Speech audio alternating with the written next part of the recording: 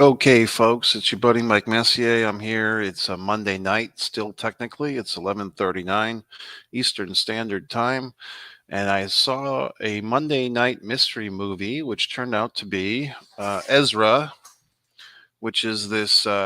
It's a dramedy, I would say, drama comedy.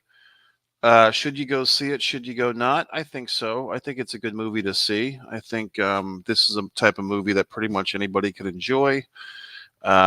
It's not too dramatic. It's not too goofy or whatever else. There's not violence, but it tells a real story. It's not. It's a real family thing, and I'll get into it. But yeah, I think you should go see this one. And what's the mystery movie? It's when the theaters, Regal here, AMC, and Cinemark have all done this. You pay $5 and you see a movie about 2 weeks before it comes out. So it's kind of a fun thing to do. Check your local listings to see if it's available to you. And tonight I went to Regal Cinema. Typically I see these at AMC, but the Regal was here, and I'm kind of warming up to this Regal Cinema. The only thing that it doesn't have, the one near me, is that the seats are like old school 1980s, 1990s, stiff as a board, non-reclining seats. The video and the audio are not quite as good as AMC, but it's still a nice theater, and the staff is really nice, and it's close by and so forth. So tonight I went there, and I also have that subscription plan. I paid, I believe, $160 at Halloween of 2023 for a year's subscription to this thing where I basically can see almost unlimited movies at Regal. There's a few exceptions for things like, you know, what do you call them? Those special screenings. You know what I'm talking about. Phantom special events. Those are not included. And like things like UFC and boxing that they've had there too were not included. So let me get into this review. What's the story about, Mike? It's about Ezra is the title character. He's the young kid over here. I think that the character was supposed to be maybe 12, maybe 13, maybe 11, something like that. And his parents are divorced. You might have seen this guy around the block, Bobby Cannavale. I think he was on a short-lived HBO show 7 or 8 years ago about the record industry. It was kind of a good show, but it got canned pretty quick. Bobby Cannavale, if I'm saying that right, and Robert De Niro plays his father. That's like the new big thing these days for like Italian American actors. Like they want to hire seemingly Robert De Niro to play their dad. And hey, look, if I could hire Robert De Niro to play my dad, I'd want to do that too. So I can't really blame anybody. But I remember a movie about 2 years ago where De Niro played some other Italian American comedian guy's father, and they went to like the hoity-toity in-laws house and shtick boom bam. Who else? Rose Byrne or Byrne. I can't say these names right. Rose Byrne, or Byron, whatever the fuck. Very attractive woman. She plays the ex-wife, and that's always a good thing. You know, if you're going to make a movie, have an attractive ex-wife in there. And she's got a guy that plays her new boyfriend. Trying to find his name in this thing. I'm looking at the IMDb Pro on my other monitor here because I wanted to get some of these names right. Typically, as you might know, I do these Mike's Instant Movie reviews in the parking lot in my car. Tonight, I had a situation where I could not do that, and I just figured it might be fun to do this live and see if anyone's out there. If you happen to be watching, you can comment. You might have to go to the actual YouTube channel, One Man in the Camera Films. If you're watching this on Facebook, people say that all the time. They're watching on Facebook, they're watching on Twitter, and they say, gee whiz, Mike, I always comment and you don't reply. Well, that's because you're not going to the YouTube channel and uh, leaving your comment in the proper fashion. Okay. God. So I'm trying to find whoever played the boyfriend guy here, and I'm not having much luck finding his name. But there was, that's another good thing about movies is you hire some guy to play the ex-wife's boyfriend and all that conflict. And actually, when I thought about the movie afterwards, and I guess I'll get into spoilers now, by the way. So if you want to see this movie, you don't want to hear the spoilers, I guess you have to check out now. But come back, go see the movie, and come back and watch the rest of the review, and we can compare notes as if we're friends. So. Uh, I can't find this fucking guy's name. Rainn Wilson from The Office. Always nice to see an Office actor in a movie. that these office people don't get terribly typecast. But Rainn Wilson's had a pretty big career. I mean, I remember him back on the show 6 Feet Under way back when. He plays Nick. The other element of the story I should get into, what's the goddamn movie about? Well, you have this kid.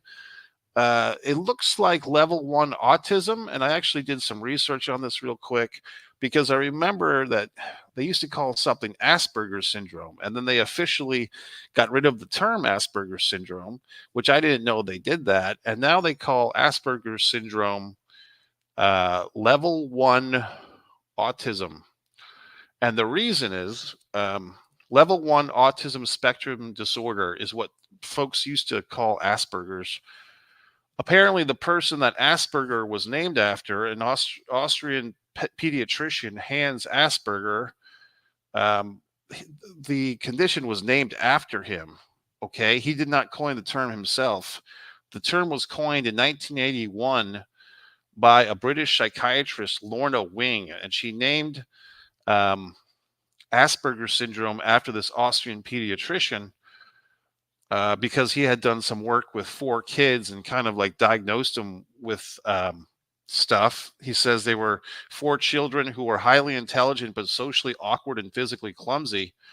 And then 40 years later, this lady, Lorna Wing, named what we used to call Asperger's after this guy. But it turns out that Hans Asperger was a real bastard. He was a Nazi, and he collaborated in murdering children with disabilities under the Third Reich. So I did not know this horrible history of Asperger's, but basically the psychiatric community stripped Asperger of the condition that he was named, that the condition was named after him. So, I mean, he was dead by the time that they named this condition in his honor. So he didn't care one way or the other. But I mean, I think that's kind of a good thing. You know what I mean? Like, I think in that situation, you know, you talk about cancel culture or whatever, but this fucking Nazi's been dead, you know, for 80 years.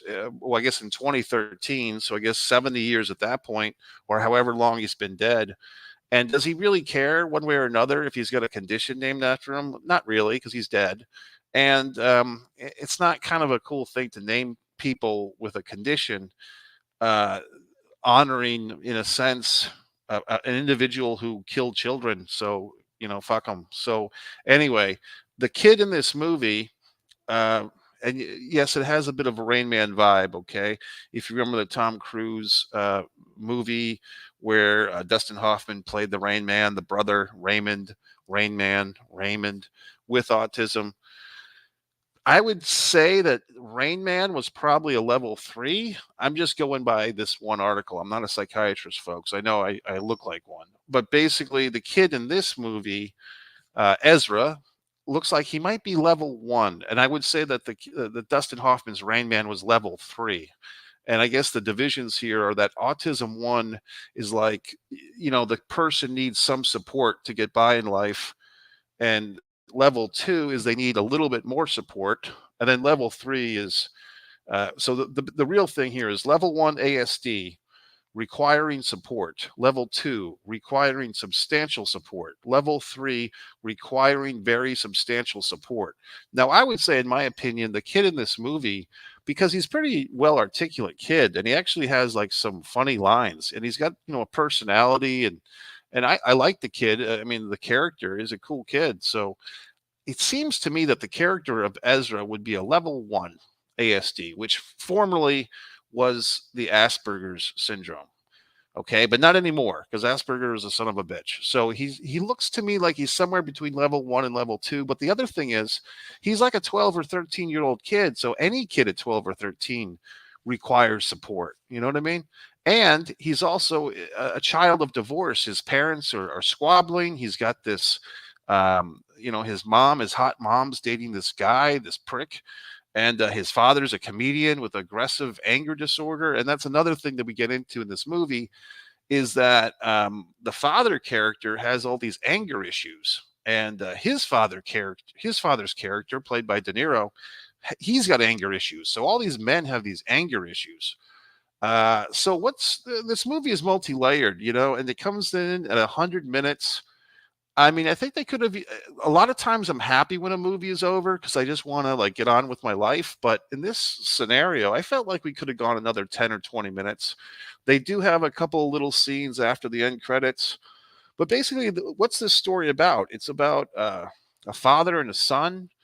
A father who has a son with a disability. The father kind of has his own disabilities. He's got rage.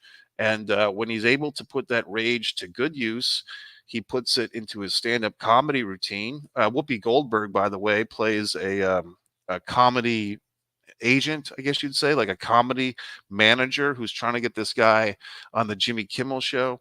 That's a whole other part of the story. In case you've seen the previews or whatever, I guess the plot line basically, it's kind of complicated, but the kid, Ezra, is like lashing out at school, and he gets into a kind of a bad situation, and the school wants to give the kid Ritalin. They want to give him medications. I guess the kid's in a public school, and they're basically, for whatever reason, the kid is a warden of the state, even though his divorced parents, have custody of him. I guess because the kid's been diagnosed with autism, that they call him a warden of the state, which I didn't quite understand how that works. But basically, the state is saying, we want to put your kid on Ritalin. And the two divorced parents go to the teacher's office, and it's good cop, bad cop. The mom is playing good cop. The dad, Bobby Cannavale, is playing tough guy, macho guy. He doesn't want his kid to be put on Ritalin, and he ends up punching a school executive. And once he punches the executive, then he has to go to jail, and he makes a deal that they will not press the charges against him for assault if he shuts up and lets his kid get put on Ritalin, which he doesn't want to do. So then you have this whole other thing, which I have enough Italian American friends that I can say this. Italian American people kind of have a stereotype that's kind of true, that they don't particularly want to go to doctors. They don't particularly want to admit any type of weakness, or I need help, or I need medications. It's just not in the libido of the Italian people. That's what I've been told by a real live Italian friend of mine, that the Italian people do not want to go see the doctor, and they don't want to take pills, and they don't want their sons to take pills like Ritalin. So we kind of get into that type of deal. And furthermore, then the father is also like banned from seeing his son for 30 days.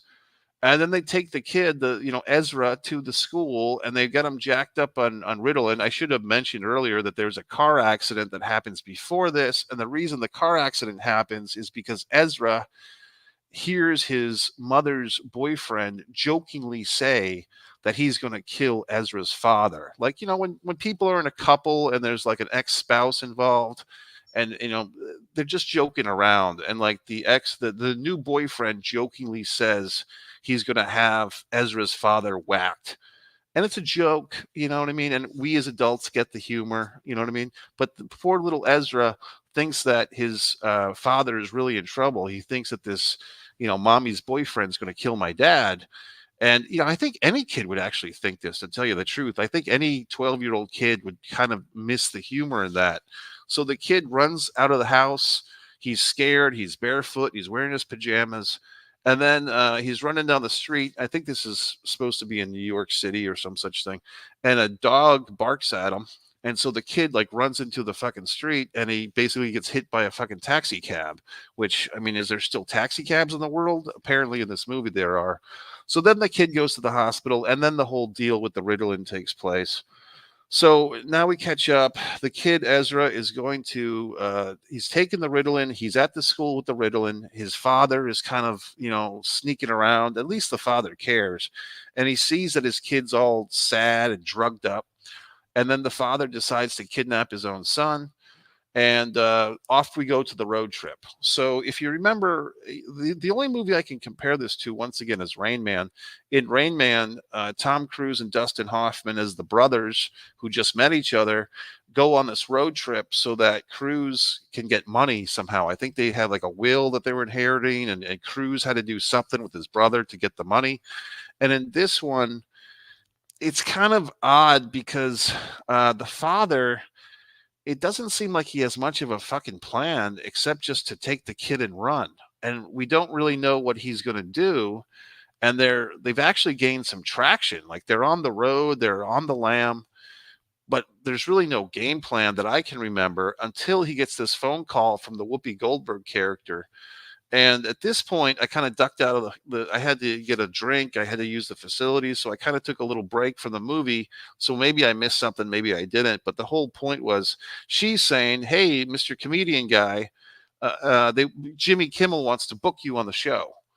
And blah blah blah. So now his road trip, which has already started, has got some direction. That if I can get my son and myself to LA, I can be on the Jimmy Kimmel show. I can advance my career. I can become a famous comedian, and I can pay some of these, bills, whether they're the private education bills. There's also a feeling that the character of the dad wants to get his ex-wife back. Um, Max is the name of the father. That's Bobby's character. He wants to get his ex-wife back. It's kind of the feeling. Like it kind of feels like he knows that he screwed things up. Maybe he was too off the handle with his anger. Who knows?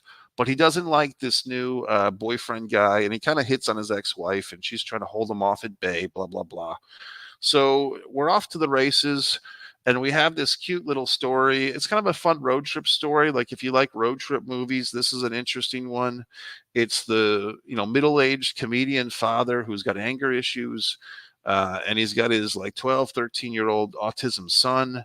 And one of their first places is in Michigan, where they visit Nick, who's played by Rainn Wilson. And Rainn Wilson's character has a dare I say, African American nun girlfriend of sorts, which you just have to get there to believe that.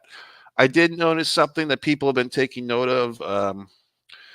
Uh, Not Chris Rock, Dave Chappelle and others have been noticing this trend in television commercials. Like every single television commercial, it's interracial couples. Well, in this movie, it's like back to back. Like you have the Rainn Wilson, and he's got like the African American nun pseudo girlfriend, and then the very next scene, we're in a stand up comedy club, and it's a once again it's a interracial. This time it's a black man and a white woman as a interracial couple. So it's like, wow, this film is really checking those boxes, which is fine. It was just interesting to me because once I heard who was it? It was Dave Chappelle talking about that, I believe, or maybe it was Chris Rock. Who the fuck knows it anymore? So, but basically, one of them was pointing this trend that you can't have couples with the same skin complexion. Like that's not politically correct anymore. You have to have interracial couples. So, and I'm not opposed to it. I'm just because it used to be the other way. It used to be like 50 or 60 years ago. They would not do that on television. And I think the show The Jeffersons with Lionel and Jenny, and I believe Jenny's parents were Tom and his wife, who were an interracial couple. Anyway, I'm going down the pyramid here. I'm going down the rabbit hole.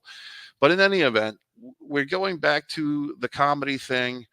Max, he also kind of uses his son as almost like a comedy partner. That's why the kid in this movie, and I don't know if this young actor, William A. Fitzgerald as Ezra, I couldn't tell if he's really got low level autism in real life. I kind of think that he doesn't, because I say that in a couple of times in the movie. I wouldn't say that he broke character, but it kind of seems like the kid is not like a real life kid who has low level autism. It seems like he's like a really good actor who's just doing his job, which is fine. I mean, if you remember 15 years ago, was it I Am Sam? Sean Penn played a gentleman with some type of disorder, some type of thing. And he had like his little daughter. I think that was Dakota Fanning's first movie. And so, and I'm also thinking of that line from Tropic Thunder, if you know what I'm talking about. But basically, Sean Penn and I Am Sam, that seemed to be a good movie. And also another element of this, of like the father he's got the condition and he's trying to raise his kid. And will the state allow him to do that? So there's all these fun movies. Like this is always like a good go-to type of movie, is like the person with the mental condition and some other person and how they deal with each other. And then we all kind of feel good about ourselves. And then when we leave the theater, with a tear in our eye, and we think we're going to be better people because we saw this movie, and we're not. We're just the same old assholes as we were when we went in 2 hours earlier. But in any event, um, here there are some dramatic flaws in this movie as far as like reality goes. I mean, because this is not supposed to be a fantasy movie or anything. Basically, at one point, once again, fucking spoilers, but they put an Amber Alert out for this kid, right?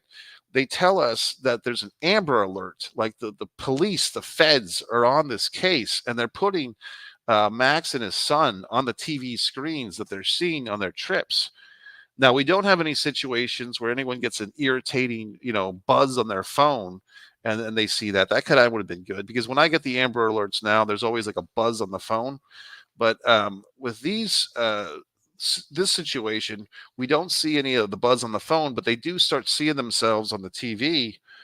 And at that point, in reality, I would think that the Max character would be smart enough to give up.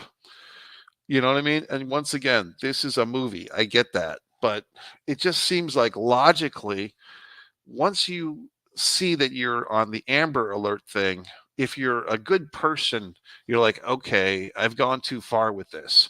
But this is the exploration of the film. I mean, this is why we're here, is because Max is so stubborn and pigheaded, and he's a little bit delusional himself, and he's got these anger issues. And so you're kind of wondering, hey, even if the son Ezra wasn't born with this condition, he might have been kind of fucked up anyway, because like, his grandfather's kind of fucked up. We learned he's kind of, his father's fucked up, and the poor wife. And the whole time I'm watching this movie, I was thinking she was the lady from This Is 40, that actress, the one with the husband, Judd Apatow, Emily Mann with two N's. Okay, that's her name. I kept thinking I was looking at Emily Mann for 2 hours, and it's not Emily Mann at all. It's Rose Byrne. You know what I mean? So all these people with all these faces, it's hard to keep up with them. But I thought I was watching because if you look at her, this Rose Byrne, have you seen these things where it's like this asshole actor looks like this asshole actor? Like you could put Rose Byrne and Emily Mann as like, hey, it's the same person, and they're both very lovely and all that crap. Rose Byrne has been in Spy, which I don't think I saw, Insidious, which I did see, Neighbors, which I kind of saw, and Bridesmaids, which I've seen. But she's been around the block. What else?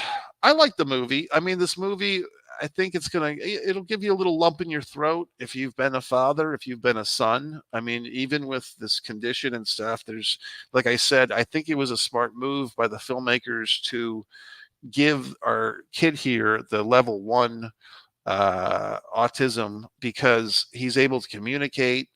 You know what I mean? Like with Rain Man, it's a good movie, but you get kind of sick of Raymond or Rain Man after a while. You know what I mean? And that movie's pretty long. So I think with this one, the fact that he's got seemingly the level 1, level 2, allows this character to do some stuff. If he had just been, really severely autistic, it might have been a harder watch. But the way that the movie is now, he's able to get some jokes in. He's got some personality. He even has a little bit of romance. You know what I mean? And the other lady shows up for a scene, Vera Farmiga. She shows up in this thing, which is kind of nice.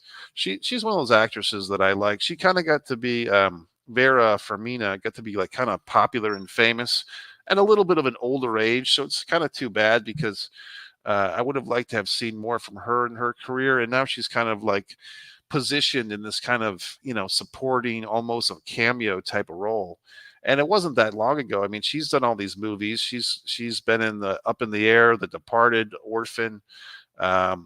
She's in all these awesome movies. God, you know what I'm talking about. The horror movies, Annabelle and The Conjuring and all that stuff. God in heaven. So anyway, I like this movie. It's a good movie.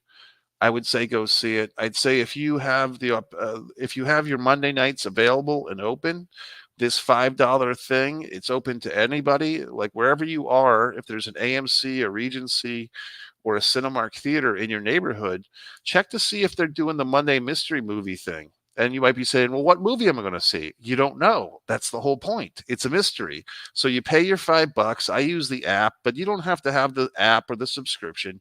You just go, you pay the $5 and then they give you some surprising movie, like some movie that you're advanced. It's advanced. You've seen it before everybody else. And that's why we're here. So, I mean, this movie, by the time it comes out to the general public, I think it's May 27th.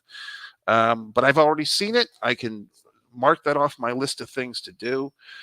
And that's about it, folks. So I appreciate you being here. I'm kind of in a good mood tonight. I mean, I will be going to I've got a short film of my own that's playing at the Fort Myers Film Festival. Fort Myers, I don't know if it's the Fort Myers International Film Festival or just the Fort Myers Film Festival in Fort Myers, Florida. I'll be going there on Thursday. My movie will be playing, but you can see it right now in the comfort of your own home or on your own phone for free, or you can project it on your TV.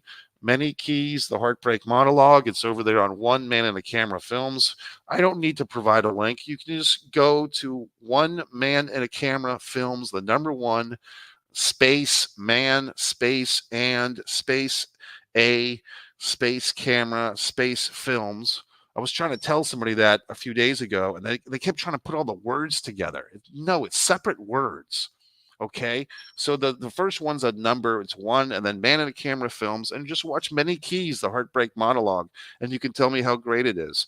And you're wondering, well, gee whiz, Mike, how'd you make that movie? It's extracted from my A Distance from Avalon, When the Dying and the Dead Reunite, this book that I wrote, okay, which you can purchase on Amazon and all these wonderful things. And that's it, folks. So it's your buddy Mike Messier. I'm checking out. It's interesting. I've been watching. I'm watching you watch me. There's a pretty good viewership count here for this Mike's Instant Movie Review, but nobody cared to comment. And I know what's going to happen. I'm going to go to Facebook. I'm going to go to Twitter, and there's going to be all these goddamn comments, and people are going to say, "Mike, you're not responding to me," because you have to go to the actual YouTube video and chat in the chat. That's how it works, typically.